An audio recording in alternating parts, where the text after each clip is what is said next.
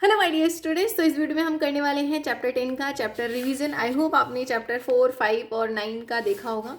Please ज़्यादा से ज़्यादा लोगों को शेयर करो, बस यही बोलना है, ठीक है। सो चूज़ द करेक्ट ऑप्शन करते हैं, हालांकि इसमें मार्क है फिर भी डिस्कस कर लेते हैं। When the interest is compounded half yearly then the time is 2n, ठीक है। जब इंटरेस्ट जो है आपको फाइंड आउट करना होता है हाफ ईयरली, सेमी एनुअली, तो जो टाइम होता है वो डबल हो जाता है और जो रेट ऑफ इंटरेस्ट होता है उसको हाफ कर देते हैं, ठीक है। What is the formula for simple interest? To PRT upon 100. In which case does principal change periodically? So ये जब सिंपल इंटरेस्ट में तो सेम रहता है प्रिंसिपल, लेकिन जब कंपाउंड इंटरेस्ट फाइंड आउट करते हैं सो वो चेंज हो जाता है। पहले साल जो प्रिंसिपल है उस पर जो एसआई लगेगा, दूसरे साल प्रिंसिपल और जो पहले साल का एसआई था उन दोनों को मिला के वो प्रिंसिपल हो जाता है, ठीक है। इसलिए कंपाउंड इंटरेस्ट में पीरियोडिकली चेंज होता रहता है। What is the formula for amount compounded annually? तो वही प्रिंसिपल इंटू 1 + r अपॉन में 100 की पावर n, ये होता है फॉर्मूला। नाउ यहाँ पे क्वेश्चन बी है match of the following principal. इसमें आपको अमाउंट्स जो है यहाँ पे राइट हैंड साइड पे ये गिवन है, मैच करना है। तो इसको मैंने सॉल्व करके रखा है, मैं आपको समझा देती हूँ। सो यहाँ पे है, आपका टाइम वेस्ट ना हो, पहले तो मैं सॉल्व करके दिखा देती, बट मैंने सोचा थोड़े से कम टाइम में हो जाए।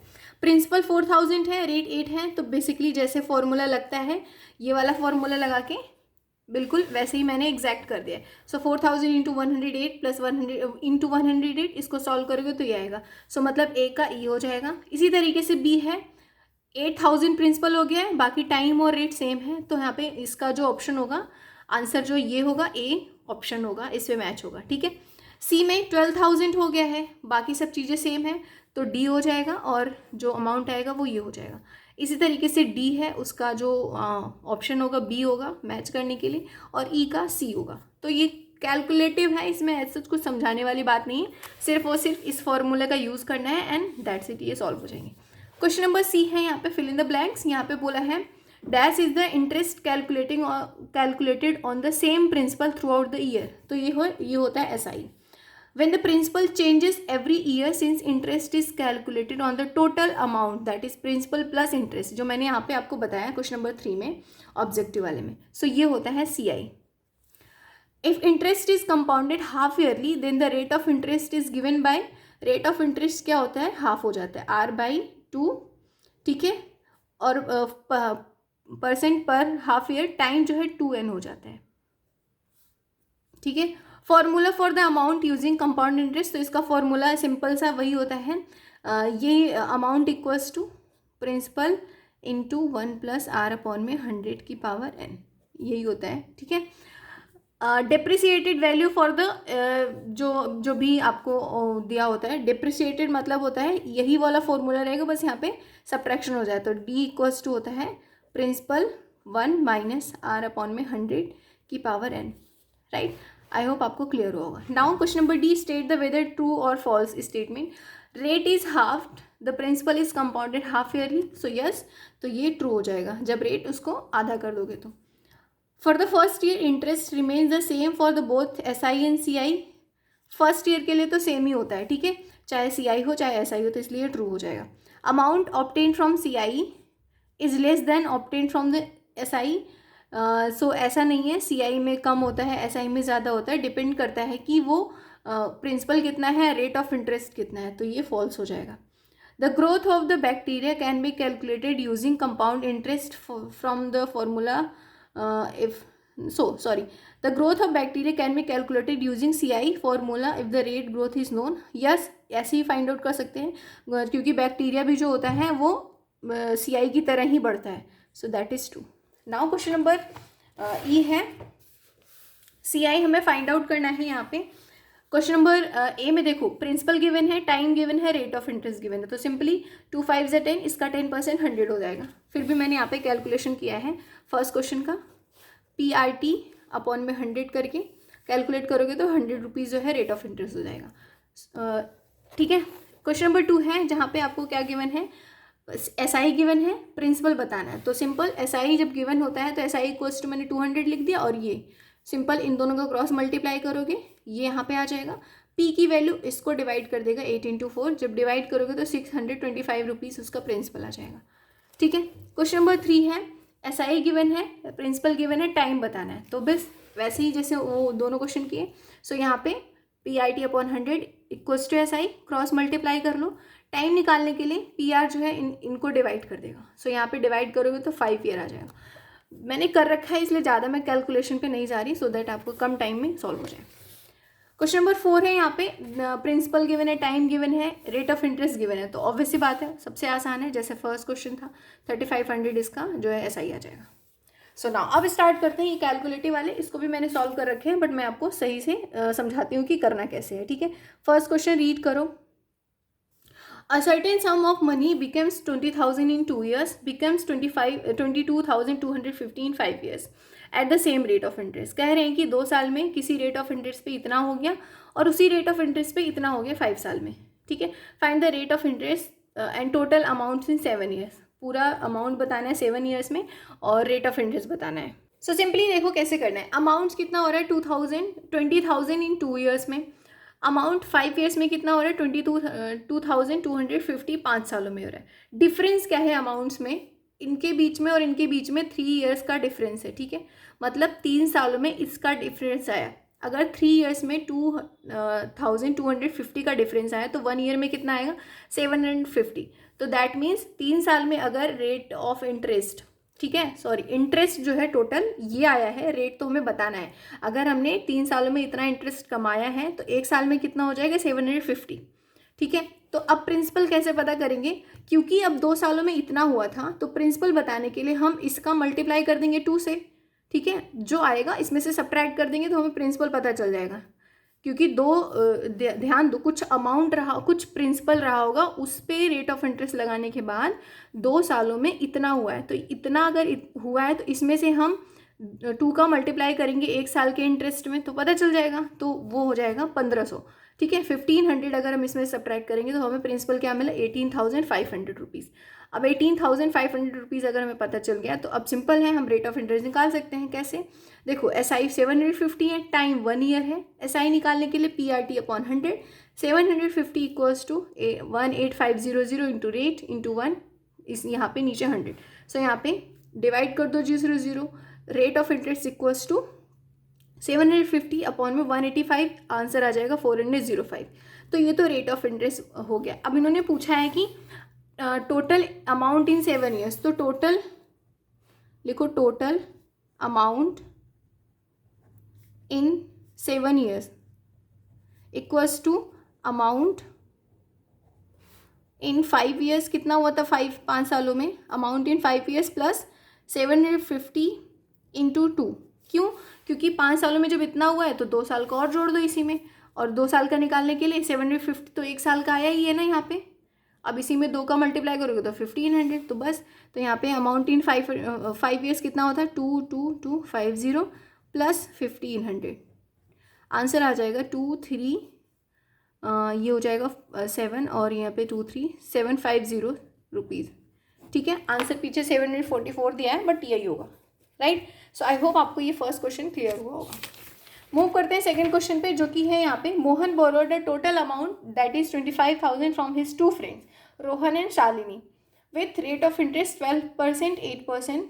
If the rate at the end of 3 years, Mohan pays 32,200 to clear the amount taken from them, then how much did he borrow from Shalini? So कहने का मतलब है 2 फ्रेंड से इसने 25,000 रुपये लिए। अब ये नहीं पता किससे कितना लिया, लेकिन रेट ऑफ इंटरेस्ट बता दिया है कि 12%, 8%। 3 साल के बाद उसने इतने रुपीज़ वापस किए। अब ये पूछ रहे हैं कि उस शालिनी से कितना लिया था। सो ये थोड़ा सा रेशो रिलेटेड भी क्वेश्चन है। पहले तो हमें यहाँ पे रेट ऑफ इंटरेस्ट निकालना पड़ेगा ओवरऑल। सो देखो, प्रिंसिपल कितना था 25,000, अमाउंट कितना हो गया 32,200। सो इसका मतलब है रेट जो इंटरेस्ट आया वो कितना आया 7,200, है ना। दोनों में सब्ट्रैक्ट कर दो।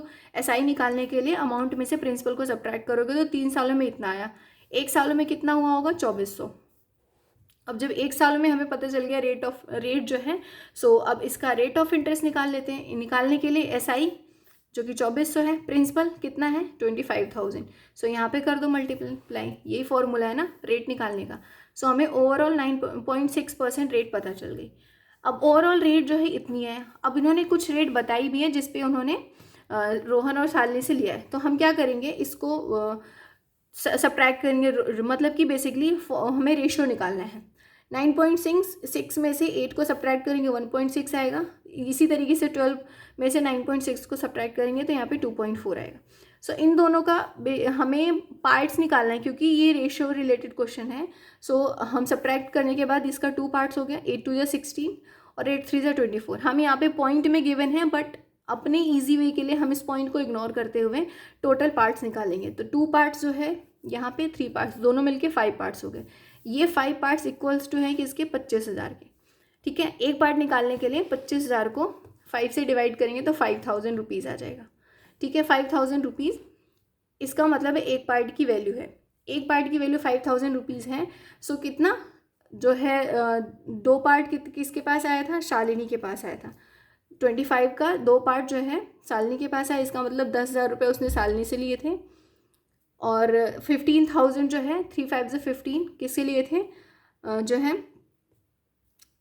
सॉरी 3 पार्ट्स यहाँ पे ये शालिनी का है और ये 2 पार्ट्स जो है रोहन का है। ठीक है, सो रोहन से 10,000 रुपये लिए थे, शालिनी से उसने 15,000 लिए थे। आई नो आपको ये लगेगा कि यहाँ पे ये पूरा कैलकुलेशन क्या होगा, ये है बेसिकली हमें रेशियो एंड प्रोपोर्शन से रिलेटेड क्वेश्चन ऐसे सॉल्व होते हैं। जब हमें रेशियो निकालना होता है तो हमें ओवरऑल जो परसेंटेज मिलती है ना, उसमें से हम दोनों को सब्ट्रैक्ट कर देते हैं, क्रॉस सब्ट्रैक्शन, इससे हमें निकल जाता है। तो अगर दोनों मिला के 2 और 3 हो गए, रेशियो में ऐसे ही होता है। अगर हमें टोटल वैल्यू गिवन है और 2 पार्ट्स गिवन है तो दोनों को प्लस करके इक्वल कर देंगे। तो दोनों को प्लस करके 5 पार्ट्स इक्वल्स टू 25,000। 1 पार्ट निकालने के लिए 5 से डिवाइड करेंगे, 5,000 आ गया। जब एक पार्ट की वैल्यू 5,000 है तो रोहन से उसने 2 पार्ट लिए थे, that means 10,000 rupees. And Shalini से 3 पार्ट लिए थे 25 का, तो दैट इज़ 15,000। सो ये था question number 2। Now question number 3 है, in how many years the sum of 5,000 became 6,655 at the rate of 10% compounded annually। तो इसको निकालने के लिए बिल्कुल इजी सा फॉर्मूला है जो हर क्वेश्चन में लगता है। प्रिंसिपल, अमाउंट, रेट, ये हो गया। तो अमाउंट निकालने का फॉर्मूला ये होता है। सो यही लिखा है यहाँ पे, कुछ भी नहीं किया, जस्ट कैलकुलेशन है। 6,655 अमाउंट है, प्रिंसिपल ये है और ये हमें टाइम बताना है। सो यहाँ पे 0 से 0 डिवाइड हो जाएगा। अब ये मत पूछना कि यहाँ पे 110 कैसे आया, क्रॉस मल्टीप्लाई करके आया। ठीक है, रेट क्योंकि 10 है तो 10 100 + 10 110, 0 से 0 डिवाइड हो गया, 11/10 की पावर n। अब यहाँ पे ये 5,000 इसको डिवाइड कर देगा।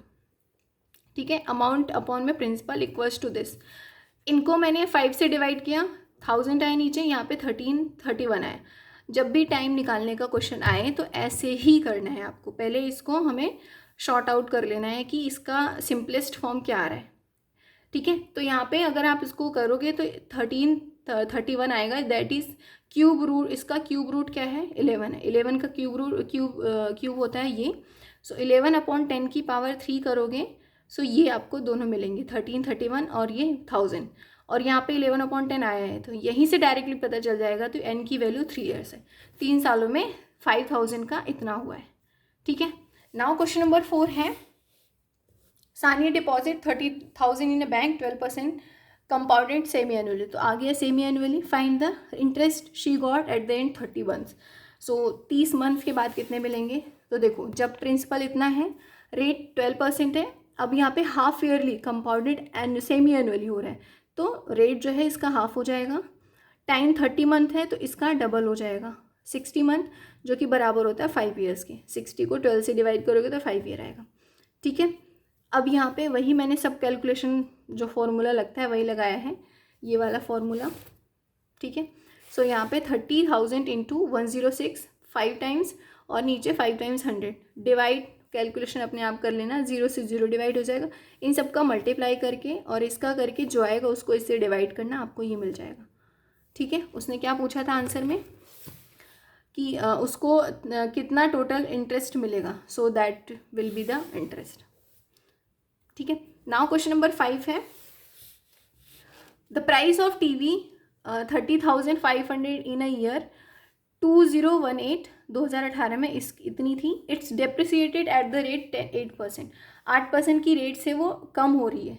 Find the price of TV at the end of 2020। So depreciation क्या होता है, सब्ट्रैक्शन, यही वाला फॉर्मूला होता है, बस प्लस की जगह माइनस हो जाता है। सो यही मैंने कर दिया है। अब कैलकुलेशन अभी आप खुद से समझो। यहाँ पे 100 में से अगर आप 8 को सब्ट्रैक्ट करोगे, क्योंकि रेट ऑफ इंटरेस्ट 8% है, सो 92 आएगा। और 4 सालों के लिए तो इसलिए 4 बार मल्टीप्लाई कर दिया है। कट पीट करने के बाद मल्टीप्लाई करोगे ये आएगा, डिवाइड करोगे तो ये रुपीज़ आ जाएगा। So that is it. ये चैप्टर 10 का चैप्टर रिवीजन था। मैंने अपने तरफ से बेस्ट ट्राई किया है। अब आपकी बारी है इसको बेस्ट देने की और शेयर करने की। ठीक है, बाय बाय।